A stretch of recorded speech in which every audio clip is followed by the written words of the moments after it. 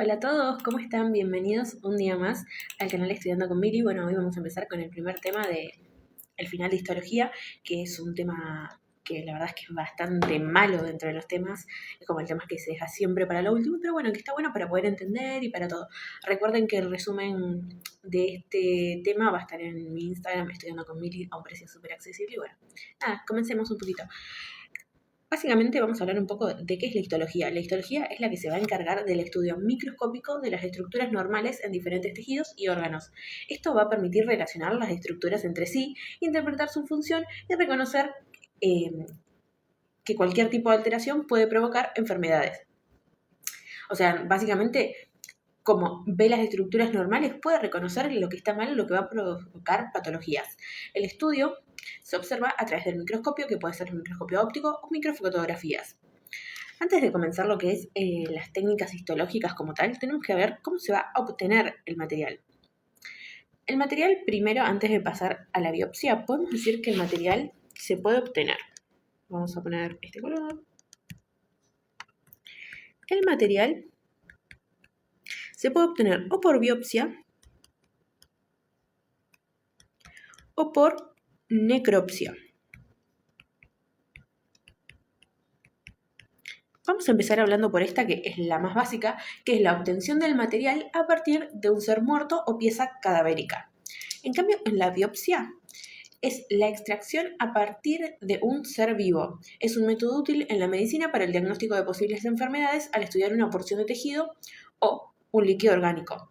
Y va a haber diferentes tipos de biopsia. Vamos a empezar acá. Vamos a tener la biopsia incisional, que es la que se va a extraer solo una parte de la lesión con fines de diagnóstico, recomendada para lesiones de gran tamaño.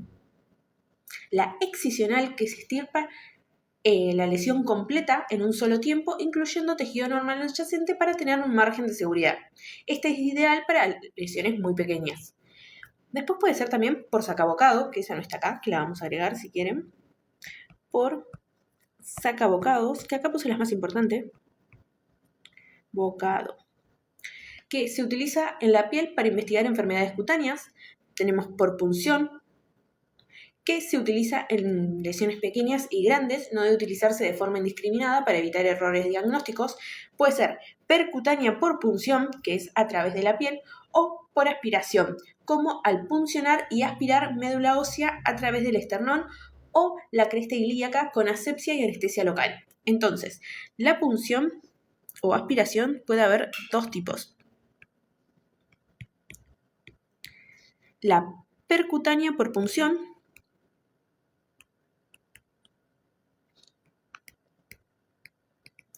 y la por aspiración, ¿sí?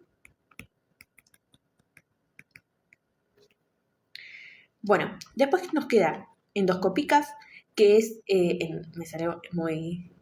que el tejido se obtiene mediante instrumentos llamados endoscopios, por trepanación, que se agujerea el cráneo para acceder a una operación de neurocirugía. ¿Se acuerdan? No sé si son fan de Grey's Anatomy, cuando Izzy en el barco hizo los agujeros, eso es trepanación. Bueno, por raspado o legrado, que es comúnmente en la piel, extrayendo capas superficiales o toda la lesión, o un legrado uterino para eliminar el tejido de las paredes internas del útero con fines de diagnóstico de una enfermedad uterina o para extraer el contenido en caso de un aborto espontáneo. Entonces acá nos falta agregar por trepanación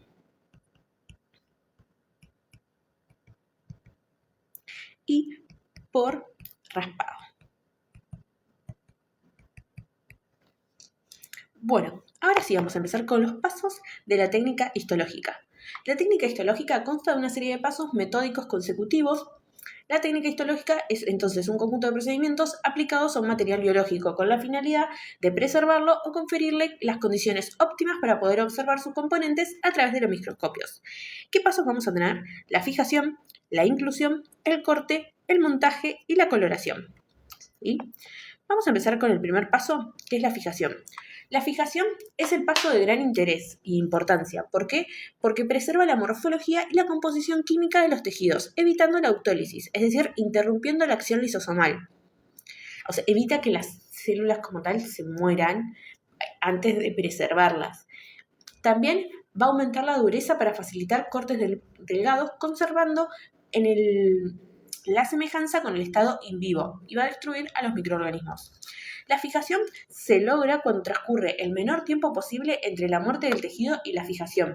La muestra debe sumergirse entre 6 a 24 horas y el volumen del fijador debe ser de 10 a 20 veces superior a la muestra. ¿Cómo son los métodos de fijación? Puede ser por perfusión o por inmersión. Que eso, si quieren, lo agregamos acá, los métodos. Por perfusión o por inmersión. La perfusión es el paso de la solución a través del sistema circulatorio. En cambio, la inmersión es sumergir el material completamente en la solución. Vamos a hablar de los tipos de fijadores. Podemos tener fijadores químicos y físicos. Los químicos son efectivos, de bajo costo y poca retracción tisular. Es un mal fijador de membranas y disuelve el glucógeno. Un ejemplo, y el más común, es el formol, que se usa como formaldehído al 10%. Los físicos reducen la proporción de agua evitando la proliferación bacteriana. Se usa para el frotis, como la sangre periférica o médula ósea, como por ejemplo en la disecación. Se usa cuando se requiere identificar lípidos con técnicas especiales, como por ejemplo en el Sudán 3, o en estudios citoquímicos que se siguen sumergiendo la pieza en isopentano a menos 150 grados centígrados. El ejemplo, la congelación rápida. Miren, acá lo de inmersión, chicos, estaba acá abajo, yo la que más le... Entonces esto lo vamos... Y acá tendríamos que subrayar este también. Vamos a pasar al segundo paso, la inclusión en parafina. La inclusión en parafina se realiza después de la fijación para infiltrar o incluir la muestra en parafina, permitiendo cortes muy delgados. Los pasos para la inclusión: primero vamos a proceder al lavado y deshidratación. Se retira del fijador y se deshidrata la muestra en forma lenta y progresiva con soluciones alcohólicas de concentraciones crecientes al 70%, desde el 70% hasta el alcohol absoluto. El alcohol va a reemplazar el agua en las células.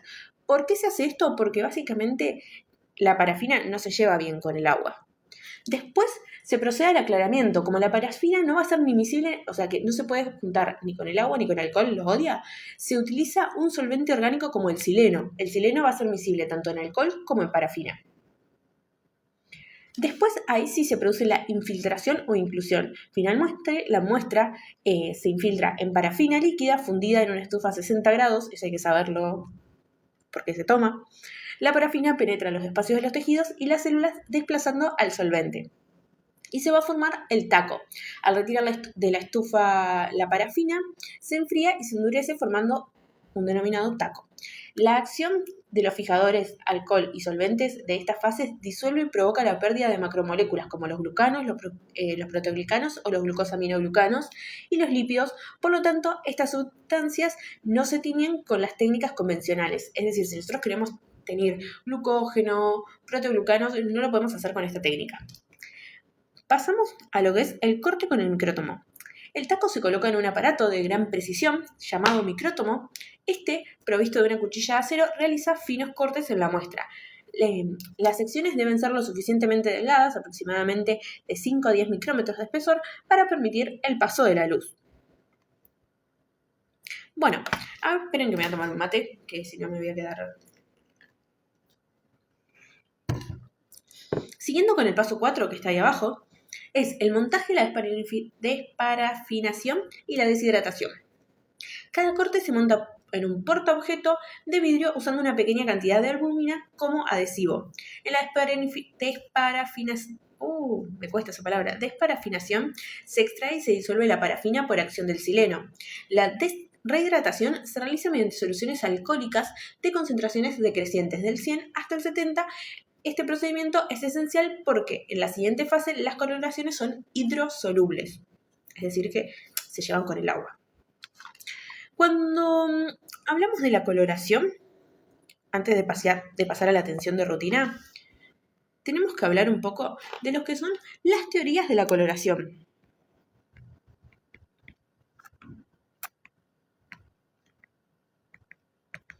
Las teorías de la coloración, hay dos teorías, la física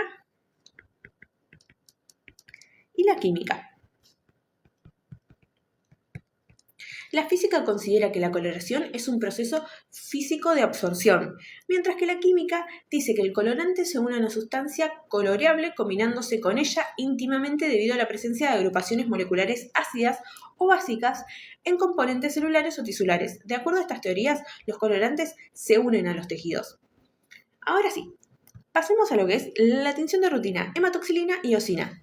Es una técnica dicrómica, es decir, que va a usar dos colorantes, y la técnica de rutina más utilizadas. Cuando hablamos de la hematoxilina, vamos a decir que es un colorante básico, catiónico y de carga positiva, cuando en realidad es una sal neutra. Pero bueno, se dice que es un colorante básico, catiónico de carga positiva. ¿Cómo se va a tener la hematoxilina? De color azul a violeta. Las estructuras que va a tener van a ser los núcleos, el retículo endoplasmático rugoso, los glucosaminoglucanos sulfatados. Y va a ser basófilo, ya que reacciona con los grupos aniónicos, es decir, ácidos. La eosina es un colorante ácido aniónico con carga negativa. Se va a teñir de color rosado. ¿Cuáles estructuras va a tener? El citoplasma, los eritrocitos, el tejido conectivo, el tejido muscular, los gránulos de secreción, por su contenido en proteínas básicas. Y va a presentar acidofilia, que es decir, que reacciona con grupos catiónicos, es decir, básicos. Ahora vamos a pasar a lo que son las tinciones especiales. Existen coloraciones que nos permiten diferenciar componentes específicos o identificar macromoléculas que se perdieron en la técnica histológica convencional. Ahora podemos dividirlo un poco en, si queremos colorear glucosaminoglucanos y metacromasia, vamos a hablar del azul de tuilidina, que es un colorante básico catiónico que básicamente va a tener a los tejidos de color azul. Sin embargo, frente a ciertas sustancias como la heparina o los glucosaminoglucanos sulfatados, ejerce metacromasia y vira su color de azul a rojo púrpura. Es visible, por ejemplo, en los gránulos de los mastocitos. Para los carbohidratos y glucoproteínas vamos a usar la técnica de Paz, ácido periódico reactivo de Schiff, que determina la presencia de carbohidratos y glucoproteínas, identifican con una coloración rojo-púrpura a los glucosaminoglucanos, a la mucina y al glucógeno, las membranas basales y las fibras reticulares. Cuando hablamos de las técnicas tricrómicas, es decir, que usan 3 o más colorantes, se utilizan para contrastar distintos elementos tisulares, como por ejemplo el músculo del tejido conectivo. Vamos a poder usar el maloriazán, que utiliza el azocarmín, que va a teñir de rojo a los núcleos, el azul de anilina, que va a ser azul al tejido conectivo o a las fibras colágenas, y el naranja G, que es un rojo amarillento que va a tener al citoplasma y al músculo. Cuando también podemos hablar de la técnica de Omori, que utiliza el verde-azul, que va a tener de verde al tejido conectivo y a las... Vamos a tener también el crosmotropo, que va a tener de rojo pardo al músculo, y la hematoxilina, que va a tener de azul a los núcleos. Otra técnica es el Mason, que emplea de 3 a 4 colorantes, incluyendo la hematoxilina férrica de Baker, que va a tener de azul azul-negro los núcleos, la fucsina ácida, que va a tener de rojo al músculo y al citoplasma, y el azul de anilina o verde luz, que va a tener de azul o azul verdoso al tejido conectivo. Después, otra técnica es el Van Hinson, que utiliza la hematoxilina férrica de Baker, que va a tener de negro azulado a los núcleos, el ácido pícrico, que va a tener de amarillo anaranjado al citoplasma y al músculo, y la fucsina ácida, que va a tener de rojo al tejido conectivo y las células colágenas. Y Mason-Goldner, que es una variante de Mason que tiene el tejido conectivo y la matriz del cartílago de cartílago verde o azul verdoso. Para tener los lípidos y el tejido adiposo, dado que los lípidos se disuelven durante la deshidratación y el aclaramiento, los adipocitos aparecen vacíos y blancos con tinciones convencionales. Para tener la grasa se necesitan técnicas especiales y los cortes deben ser por congelación, como por ejemplo el Sudán 3, el Sudán 4 o el Sudán negro, que son colorantes indiferentes insolubles en agua que se tiñen la grasa de rojo o de negro, dependiendo del colorante que estemos usando. Para las fibras elásticas, estas técnicas están destinadas a identificar las proteínas de la elastina. Van a ser la orceína, el aldehído fucsina y Weyher. La orceína tiene las fibras elásticas de color pardo. El aldehído fucsina colorea en una tonalidad violácea y Weyher tiene las fibras elásticas de color negro. Para elementos del tejido nervioso vamos a utilizar el azul Luxor Fast Blue, que está diseñado para tener la mielina, la hiperproteína que conforma la vaina de la envoltura de las fibras nerviosas, dándole un color azul celeste verdoso que se complementa con el violeta del crécilo que tiene el citoplasma y el núcleo de las neuronas. La técnica de impregnación argéntica o sales de plata utilizan sales metálicas de plata y un agente reductor. Se utiliza para identificar las fibras reticulares que se van a teñir de negro y elementos del tejido nervioso como las neuronas, las fibras nerviosas y las células de la glía. Por ejemplo, son los métodos de Golgi y Cavajal. Para elementos sanguíneos vamos a usar MyGrunway-Giemsa, que utiliza el azul de metileno y eosina. Se utiliza para el frotis de sangre periférica y médula ósea, permitiendo identificar a los leucocitos y sus precursores. Ahora hablemos, antes de pasar a lo que es microscopía, un poquito de lo que es histoquímica y inmunohistoquímica, que creo que no agregué nada de eso. Bueno, hice cagadas. Volvamos acá.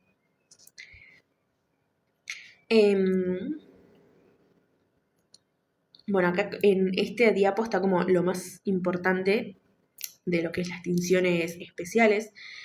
Y bueno, entonces dijimos que vamos a hablar un poco de histoquímica o inmunohistoquímica. Vamos a tomar un mate.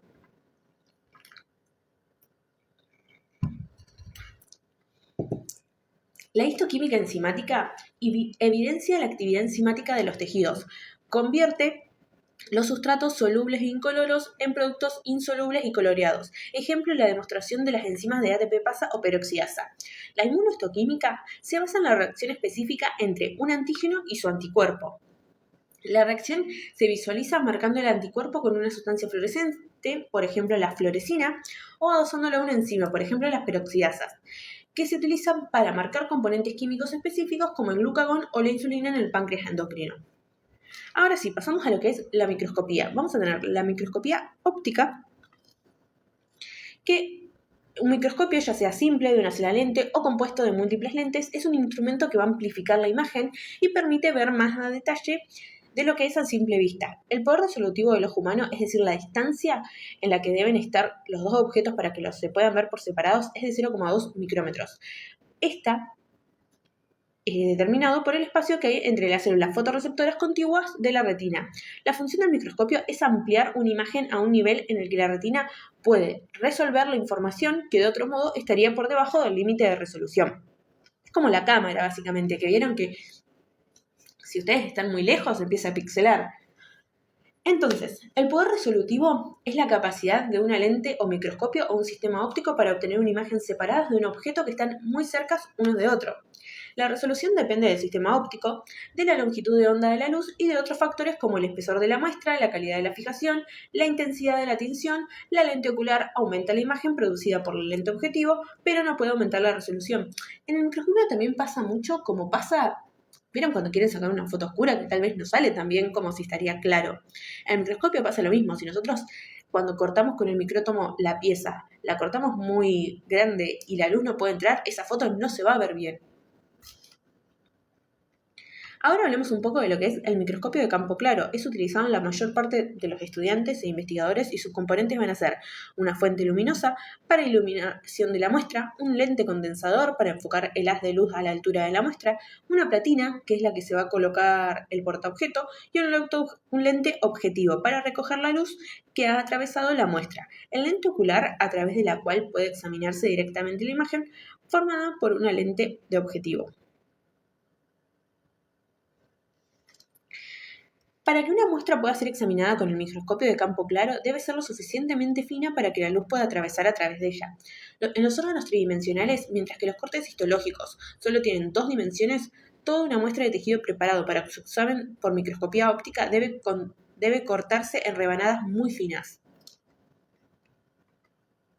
Cuando hablamos del microscopio de contraste de fases, permite el examen de las células y de los tejidos no teñidos. Es especialmente útil para estudiar células vivas. Se utiliza para examinar células y tejidos vivos como las células de cultivo y para examinar cortes no teñidos de un material incluido en plástico.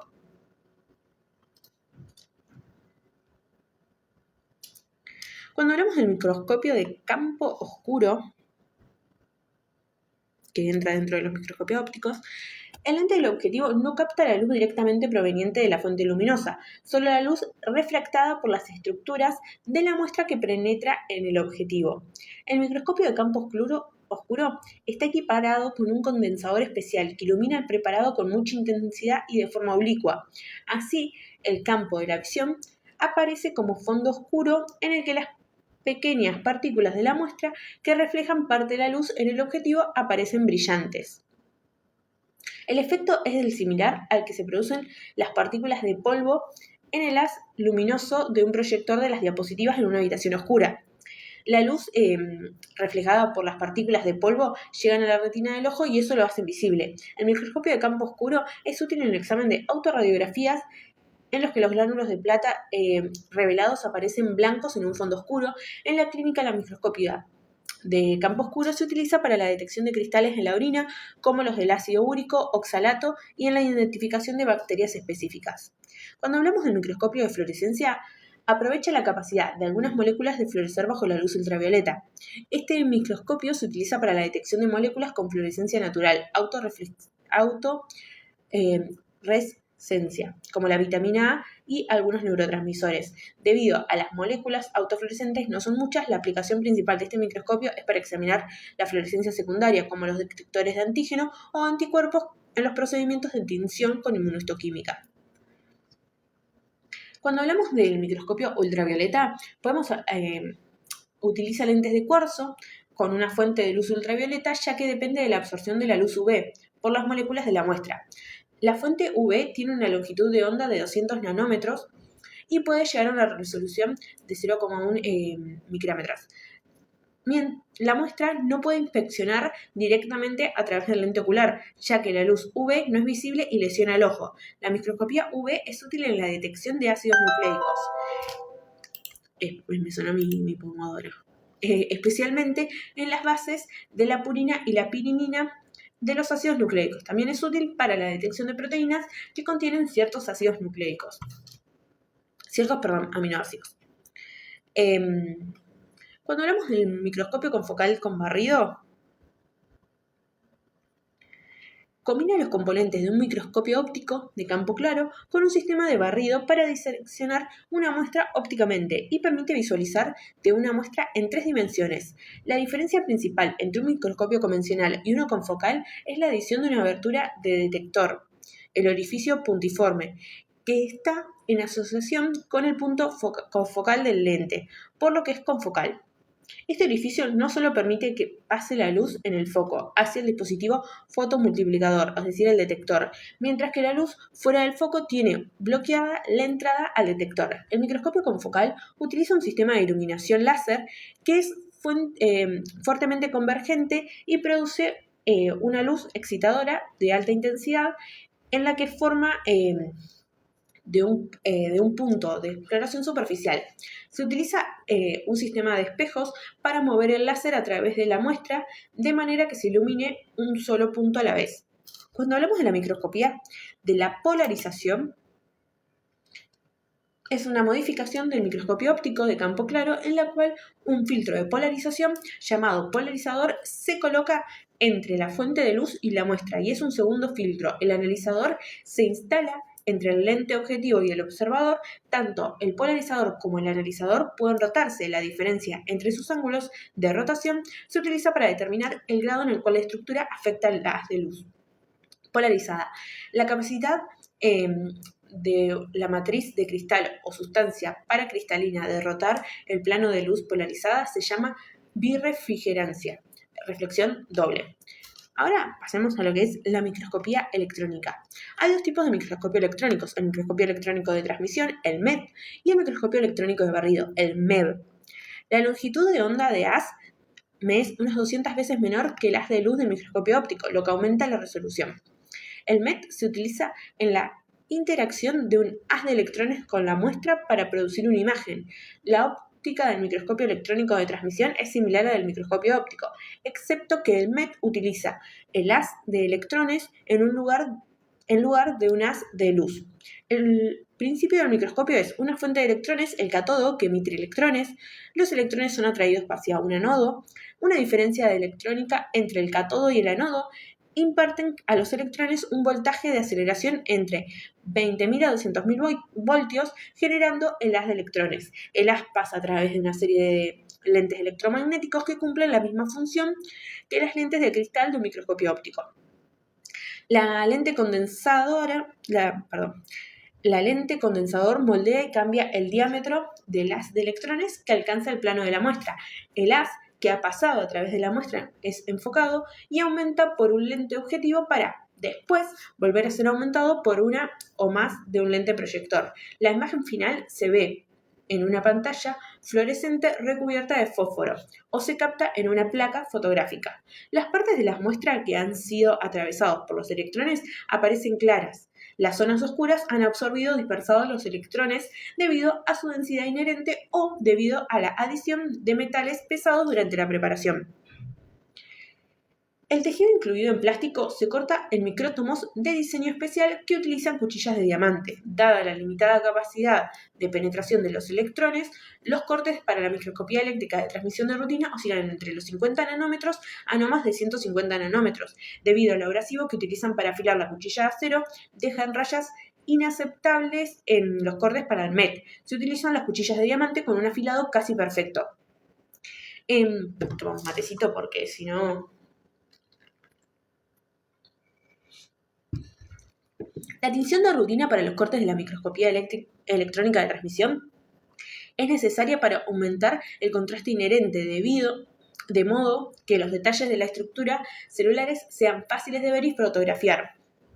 La criofractura es una técnica especial de preparación de la muestra para la microscopía electrónica de transmisión, de gran importancia esencial para el estudio de las membranas. Se deja que un crioreceptor, como el glicerol, infiltre el tejido y a continuación este se congela rápidamente a unos menos 160 grados centígrados. La formación de cristales de hielo se evita por el uso de criptorreceptores, por congelación rápida y por lo diminuto de las muestras. El tejido congelado se coloca en un aparato de criofractura que posee una cámara de vacío y se percute con el borde de una cuchilla o navaja. El plano de fractura pasa perfectamente a través de la parte hidrófoba de la membrana plasmática, de manera que ésta queda expuesto en su interior. La microscopía electrónica de barrido, o MEB, el haz de los electrones no atraviesa la muestra, sino que se barre de su superficie. Las imágenes obtenidas son tridimensionales y muestran la superficie de una muestra examinada. Y muestran la estructura superficial de una muestra examinada. Para el examen, la muestra se fija, se deshidrata por disecación y se cubre con una película de oro-carbono evaporado. Se monta sobre un soporte de aluminio y se coloca en la cámara para las muestras del MEB. Para tejidos mineralizados es posible eliminar todas las partes blandas con removedor y examinar las características estructurales del mineral.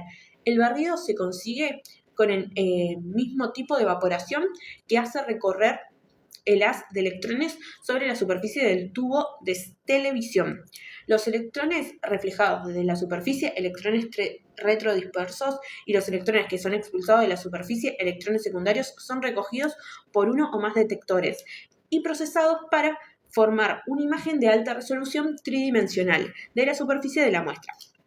El microscopio electrónico de transmisión o barrido combina las características del MET y del MEB para permitir el microanálisis de rayos X por sondas eléctricas, y el microscopio se puede equiparar con detectores para recoger rayos X emitidos cuando el haz de electrones bombardea el corte. Bueno, llegamos al final del primer trabajo práctico, espero no haberlos aburrido tanto, es bastante teórico, es poco tomable, pero hay que saberlo. Así que bueno, nada, nos vemos en el próximo video. Gracias por estar acá. Recuerden que pueden encontrar el resumen súper completo en Estudiando con Mili en mi Instagram. Nos vemos.